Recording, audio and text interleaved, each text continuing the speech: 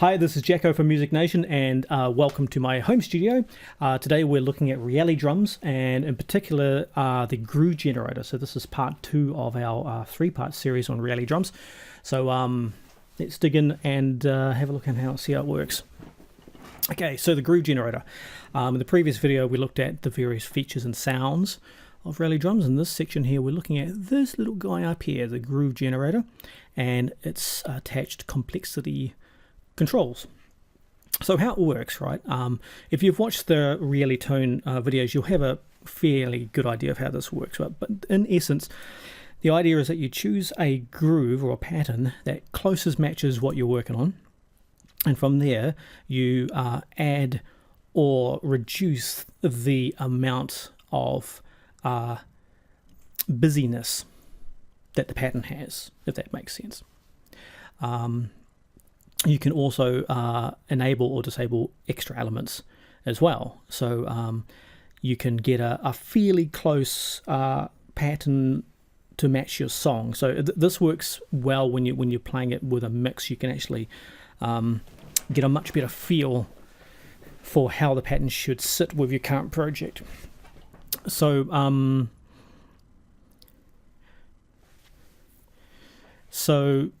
you're not going to get every single variation on a pattern when you load it up, right? So you initially start from one of these supplied starting points, and there's straight feel, swing feels, jazz, and Latin. So you just choose one, and the little number at the end represents the recorded tempo. Though you don't have to play the tempo, it will sync to your DAW, but that's the tempo that is best matched to this particular pattern. So once you've chosen your starting groove, and we'll just play this one here, you push this little button and it plays. That's what you get. You can then go and change the time signature and the speed relative to the DAW. So if your DAW is set to 140 BPM, if you play normal, this will play at 140. If you play at half, it'll play at 70. It'll just give you a different rhythmic feel. And then we have at the top here these two little buttons where it says performance. You click and hold there, and you can drag this particular performance into your DAW, and you can change the type of drag that you have by clicking here where it says perf in this case.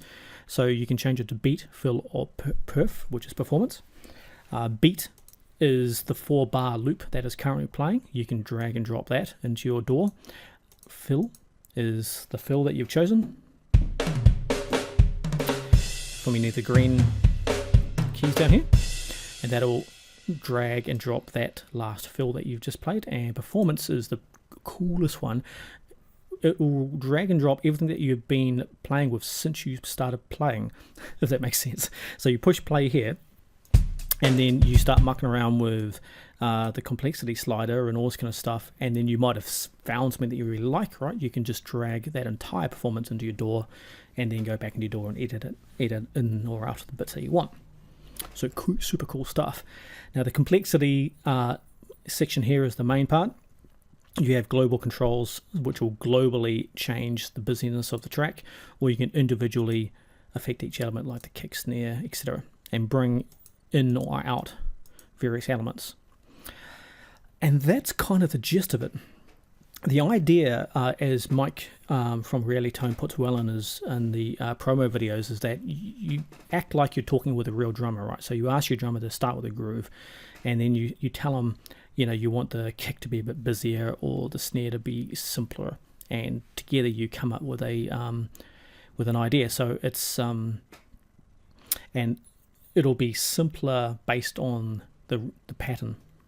Okay, so it won't change the feel. So like if you wanted, for instance, say that you had a real off-feeling Afro rhythm kind of kick, right? If you wanted it to be more, say, a 4 on the floor feel, you can't change the overall feel. It'll only change the busyness of the current pattern. If you wanted to put in a 4x4 kick, you would actually have to drag and drop this pattern into your DAW, and then actually manually go in and put in a totally different feel in the kick. So that's the only thing. But the idea is that you start over here with something that is close enough, and it's pretty close, and then you just kind of manipulate it a wee bit to kind of get the sound that you want. So let's just jump in. I'm going to start playing a few grooves here. So we'll start with pop 1. This is the default one. We'll leave it at 4/4 time signature. So just the overall complexity, let's make it a bit simpler.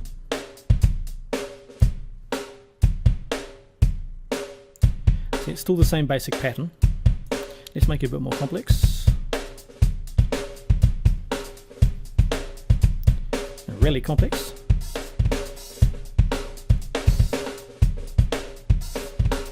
Pretty cool.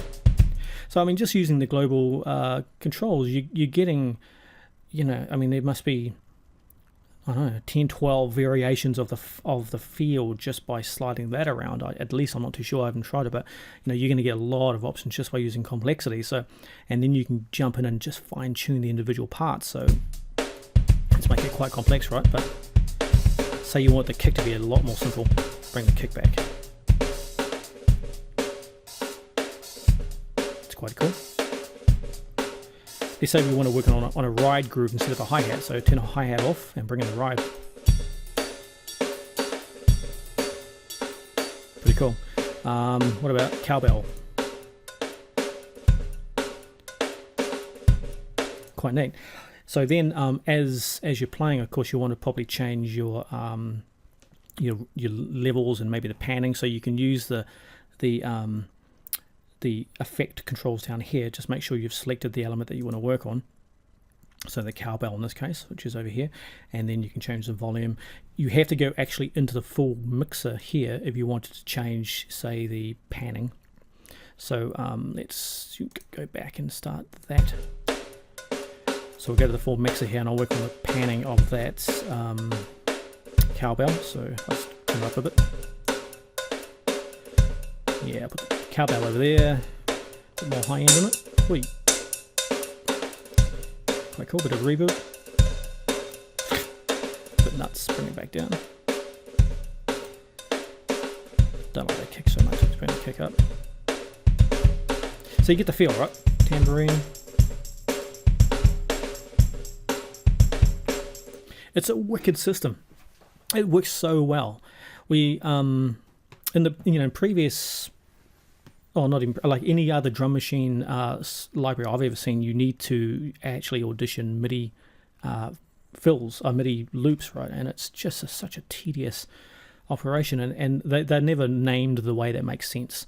So you basically have to either know what you've got or just one by one audition them in this, and they're never right. Like you'll drag them into your DAW, then you have to go and manually muck with them. This is just, it's such an ingenious system. So let's try some of these ones. Anyway, let's shuffle. Teacher. That's quite cool.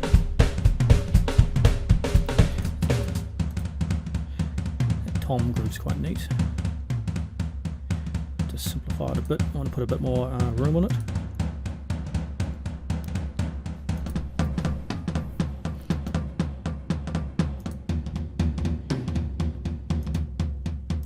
Okay, kick in. I'll just simplify that kick a wee bit.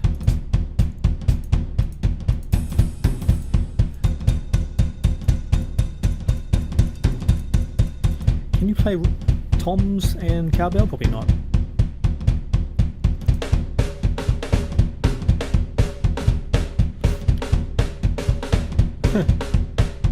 Well, there we go. That might be a groove that works perfectly for your song. So now we've got it. I've got Reaper, beg your pardon, in the background here. So here's some other ones I've been working on. So I'm going to grab this beat and drop it straight into Reaper, and there it is right there. If we play that.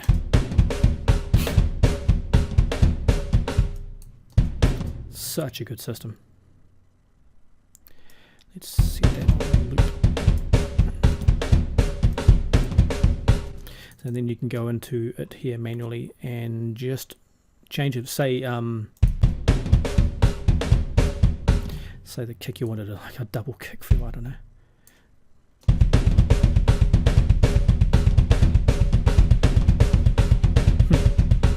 Quite interesting. I'll say the kick's a little loud, so let's just bring that back a touch inside. Maybe change it to quite neat. So there we go. So just a brief overview of how it all works. Super cool system, and it's that alone is worth the price of this plugin. And you know what's really cool is that you're not actually limited by just using RealiDrums. You can actually go into the settings here and send this to any other drum machine that you have installed on your system. So it'll bypass RealiDrums and send via MIDI out to whatever you want. Or alternatively, you could just insert another drum machine on the track. So I've exported this groove here to Reaper. So I'll just turn off RealiDrums here and chuck in Easy Drummer, for instance. Where are you, Easy Drummer? Loading. And the kit won't quite marry up probably, but let's see what that comes out like. Yeah. So I've used the groove generated by RealiDrums with another kit. And I mean, you can add them both at the same time, you know, run them both. You know, say you don't want to use Toontrack's kick drum, but their snare is quite nice. Cool, let's use that, and then we'll go back into RealiDrums here and just turn off the snare, and there we go. Bit of a monster, eh? But so there we go. Thanks so much for watching, and thanks for coming to my studio. And we've got lots more videos coming soon, so keep watching. And coming up very, very soon, we're doing a full mix of a rock track using RealiDrums, and it's looking really, really good. So stay tuned for that. So thanks very much. Catch you guys soon. Bye.